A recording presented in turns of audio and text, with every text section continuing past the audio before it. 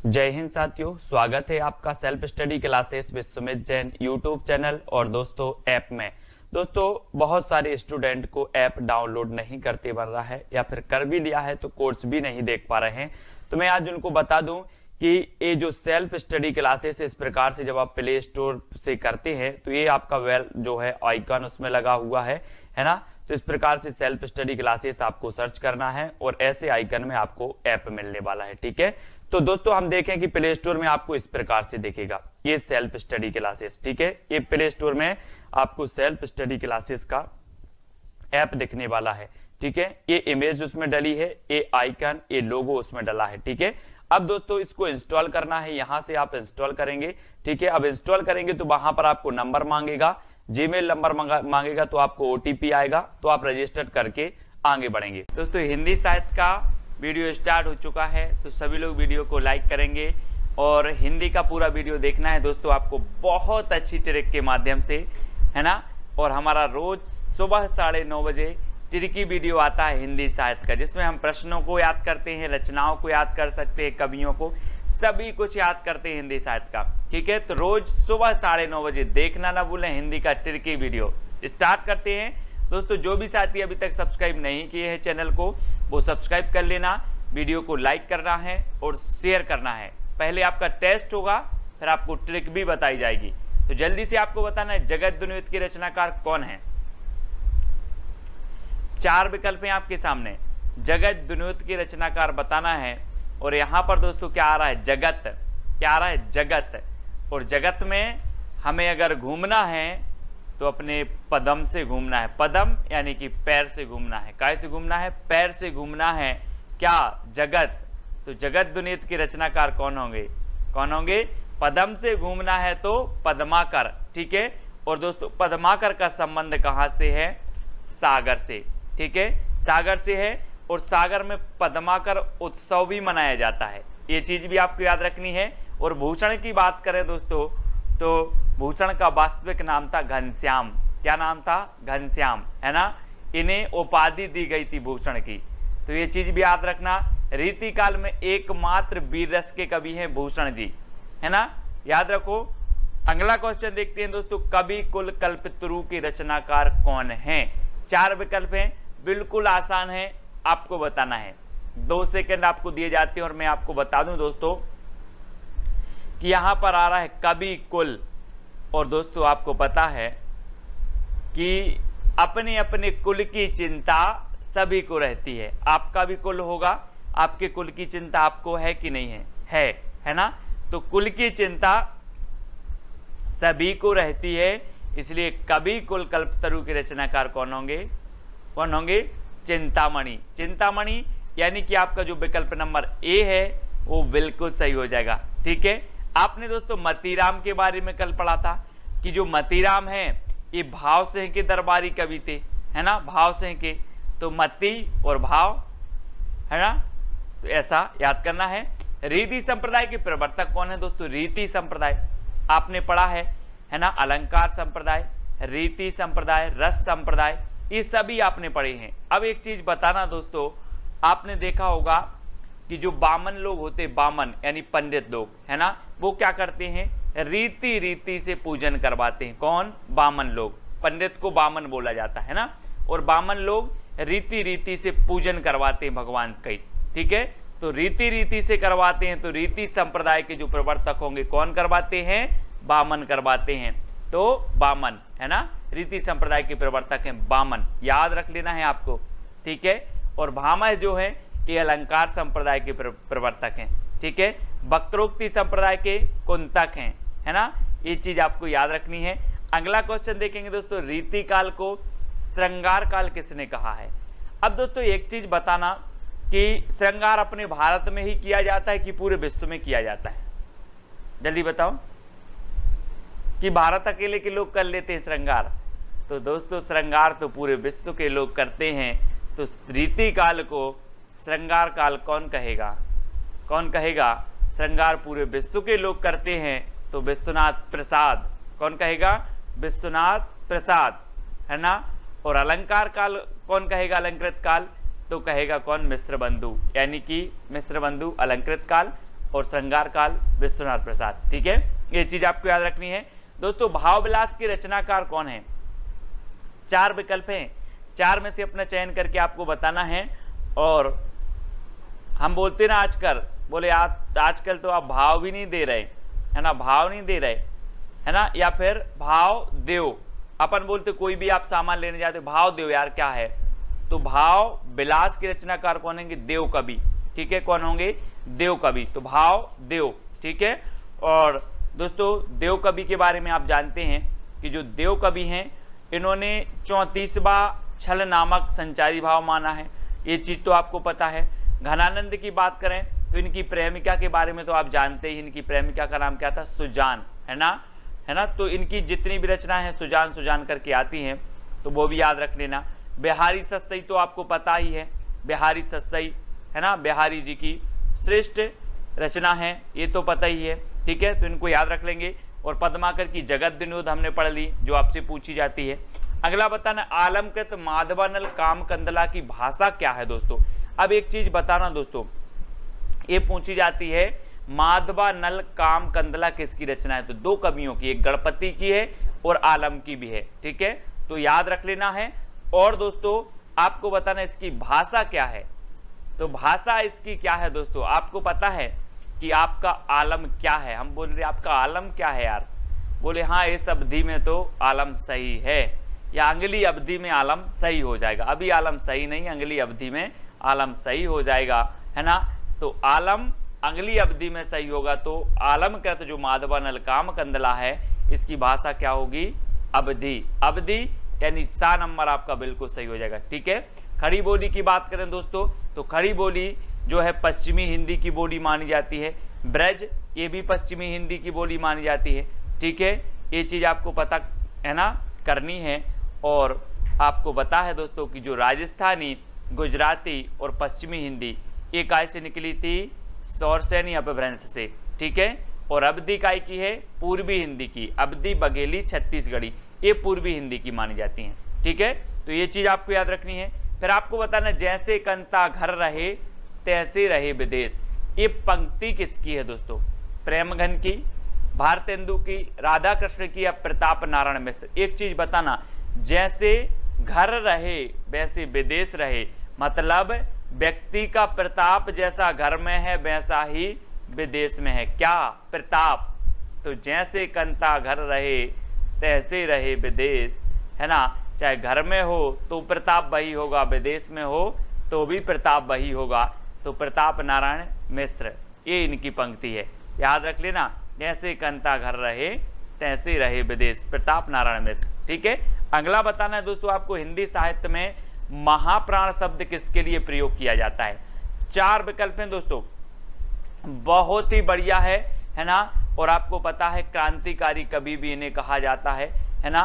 और छंद मुक्त रचना इनकी एक जूही की कली है। ठीक है, और सबसे ज्यादा विरोध हुआ तो वो इन्हीं का हुआ है। और महाप्राण कहा जाता है किसे? निराला को। अब दोस्तों एक बताना, प्राण हो तो ठीक है, बात मान ले प्राण, लेकिन महाप्राण तो कोई निराला व्यक्ति ही होगा जिसे महाप्राण कहा जाएगा, कि सामान्य ऐसे ही व्यक्ति को कह दिया जाएगा? नहीं, कोई निराला व्यक्ति है और वो है सूर्यकांत त्रिपाठी निराला, छायावाद के आधार स्तंभ। ठीक है, जूही की कली इनकी प्रथम छंद मुक्त रचना मानी जाती है। महावीर प्रसाद द्विवेदी ने सरस्वती पत्रिका में प्रकाशित करने से मना कर दिया था जूही की कली को। और दोस्तों बाद में ये रचना इतनी प्रसिद्ध हुई कि निराला जी की प्रसिद्धि का कारण बनी जूही की कली। ठीक है, याद रख लेना है। महावीर प्रसाद द्विवेदी की संपत्ति शास्त्र आपको याद रख लेना। 1903 में ये सरस्वती के संपादक बने, 1920 तक ये रहे। ठीक है, द्विवेदी जी के नाम पर द्विवेदी युग का नाम भी पड़ा, ये चीज भी आपको याद रखना।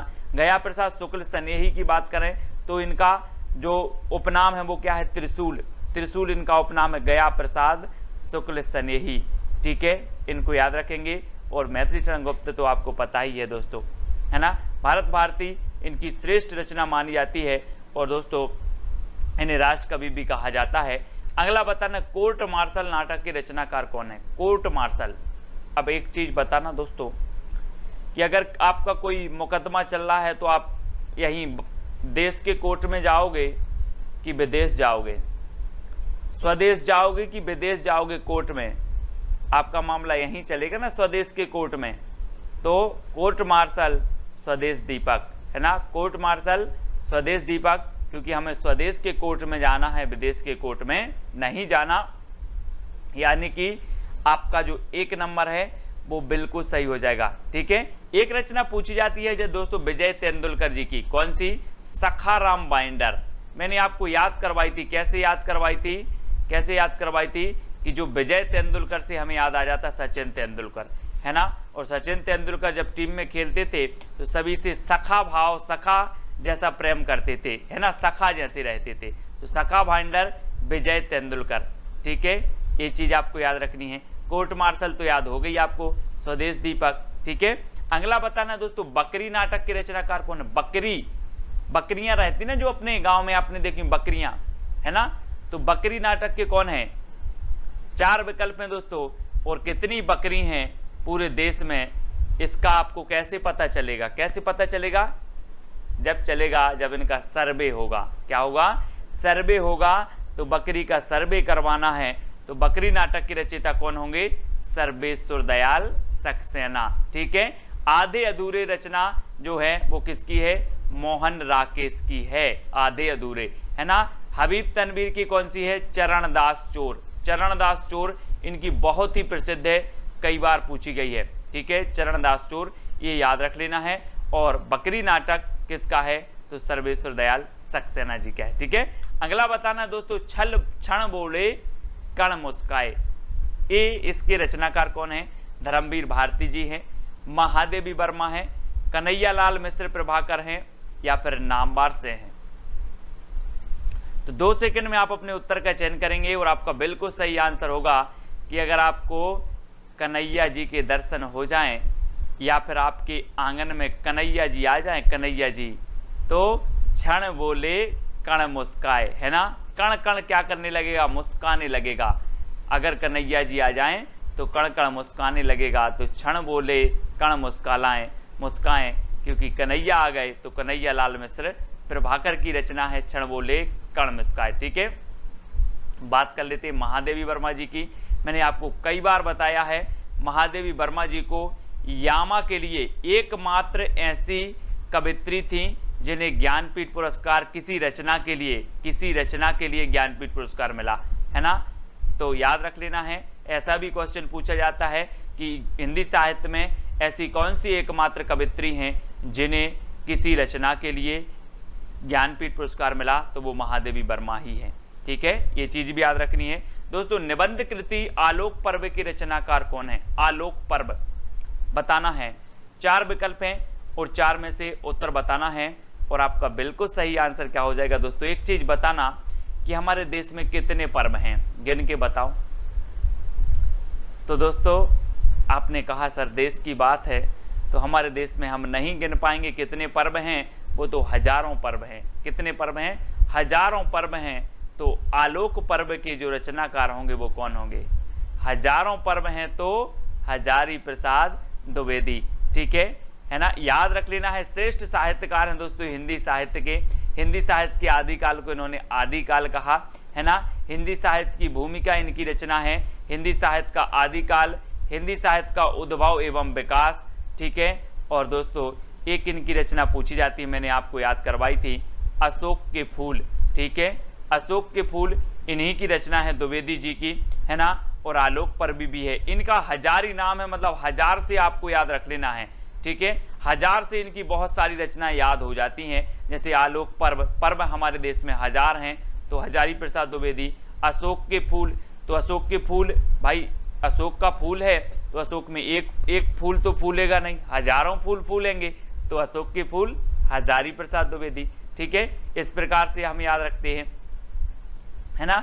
अगला आपको बताना है दोस्तों, आधुनिक हिंदी साहित्य की सर्वाधिक लोकप्रिय विधा कौन सी है? सर्वाधिक लोकप्रिय विधा बताना है ना। विभिन्न प्रकार की काव्य विधाएं होती हैं दोस्तों। कहानी विधा है, उपन्यास विधा है, नाटक विधा है, कविता विधा है। कुछ मुख्य विधाएं होती हैं, कुछ गौण विधा होती हैं, है ना। लेकिन यहाँ पर आपको बताना है कि जो सर्वाधिक प्रसिद्ध विधा है वो कौन सी है। तो याद रखना वो कौन सी विधा है? कहानी विधा। कौन सी है? कहानी। आप किसी को भी कहानी सुनाओ वो मंत्र मुग्ध हो जाता है ना। तो हिंदी साहित्य की सबसे प्रसिद्ध जो विधा मानी जाती है वो कहानी विधा मानी जाती है। और अगला क्वेश्चन आपको बताना है, प्रेमचंद का वास्तविक नाम क्या था।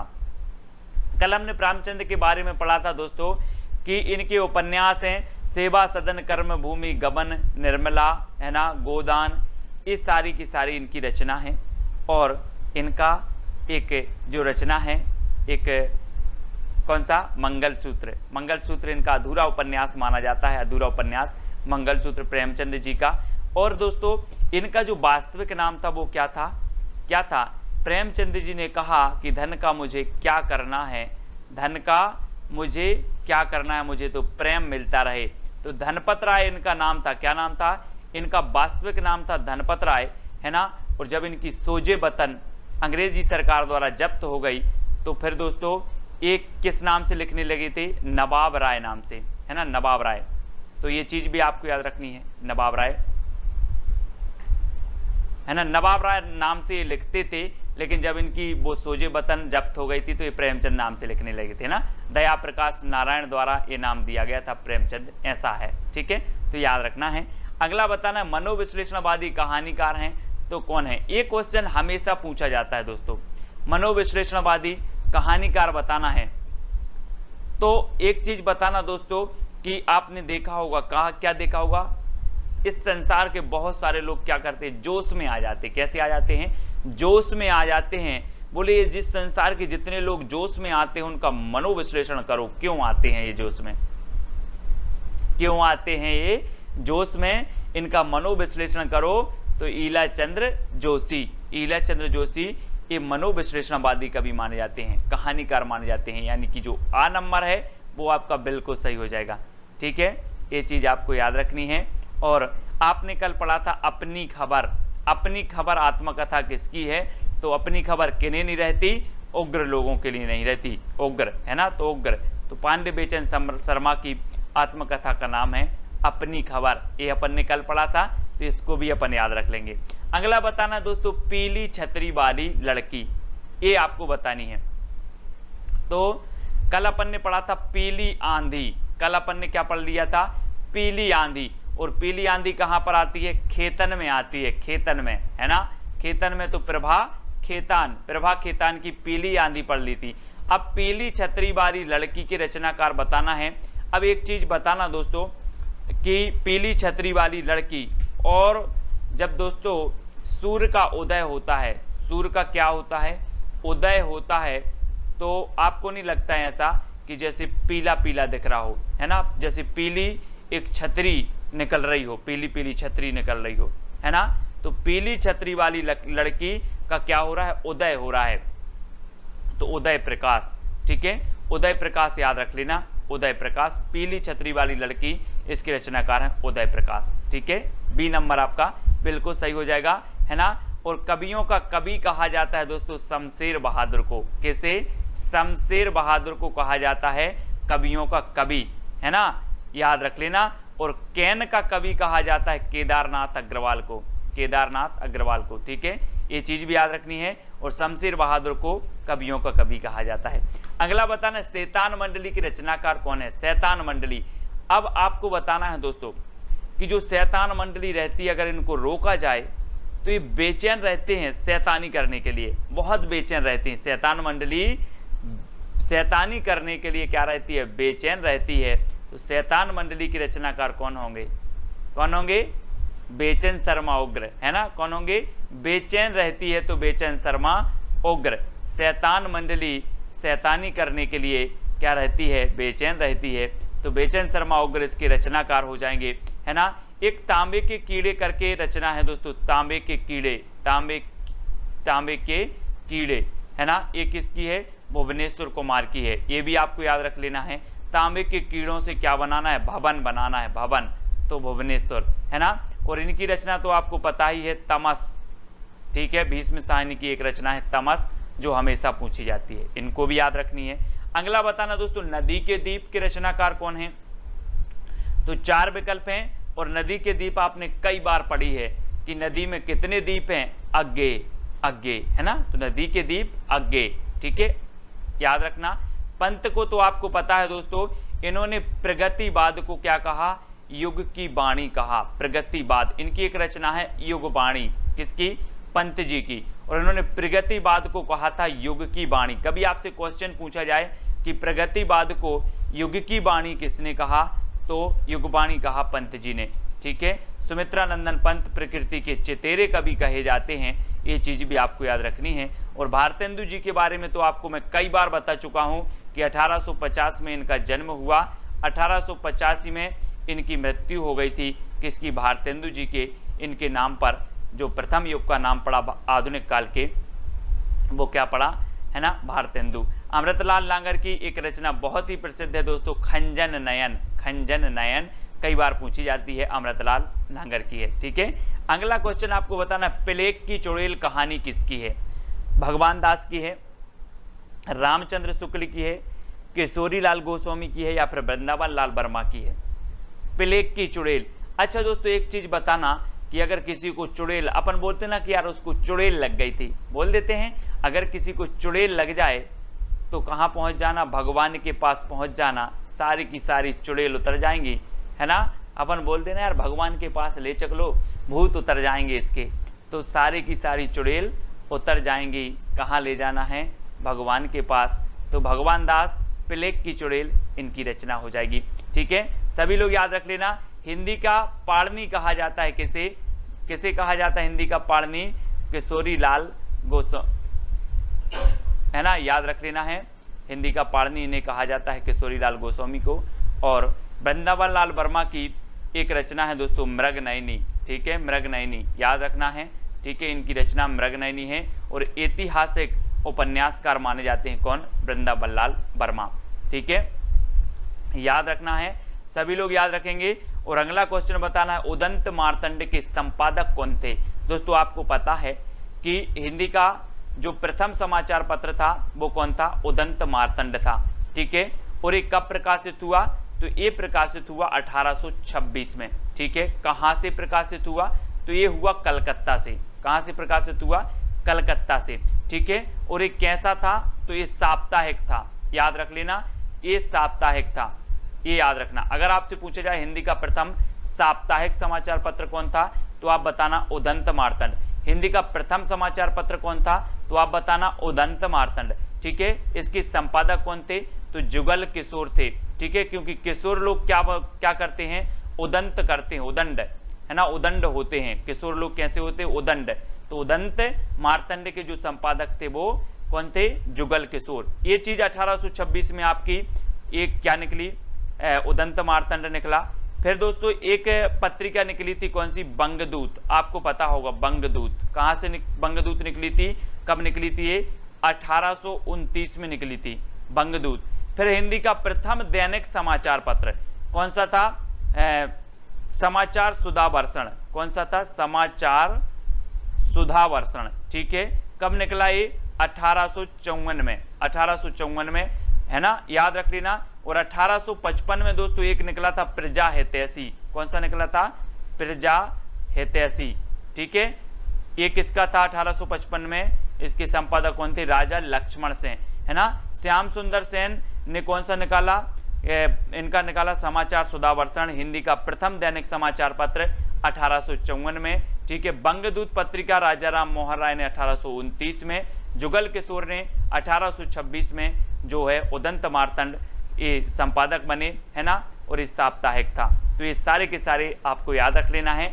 ये भी आपके समाचार पत्र भी पूछ लिए जाते। ठीक है, अब दोस्तों आपकी चैलेंज की बारी है। आपको 4 विकल्प दिए जाते हैं, 4 में से एक का चयन करना है ना? आपको बताना है क्या भूलूं क्या याद करूं, किस विधा की रचना है। ठीक है, ये आपका चैलेंज प्रश्न है। सभी लोग कमेंट में लिखेंगे और इसके बारे में और भी लिखेंगे दोस्तों कि ये किसकी रचना है ना?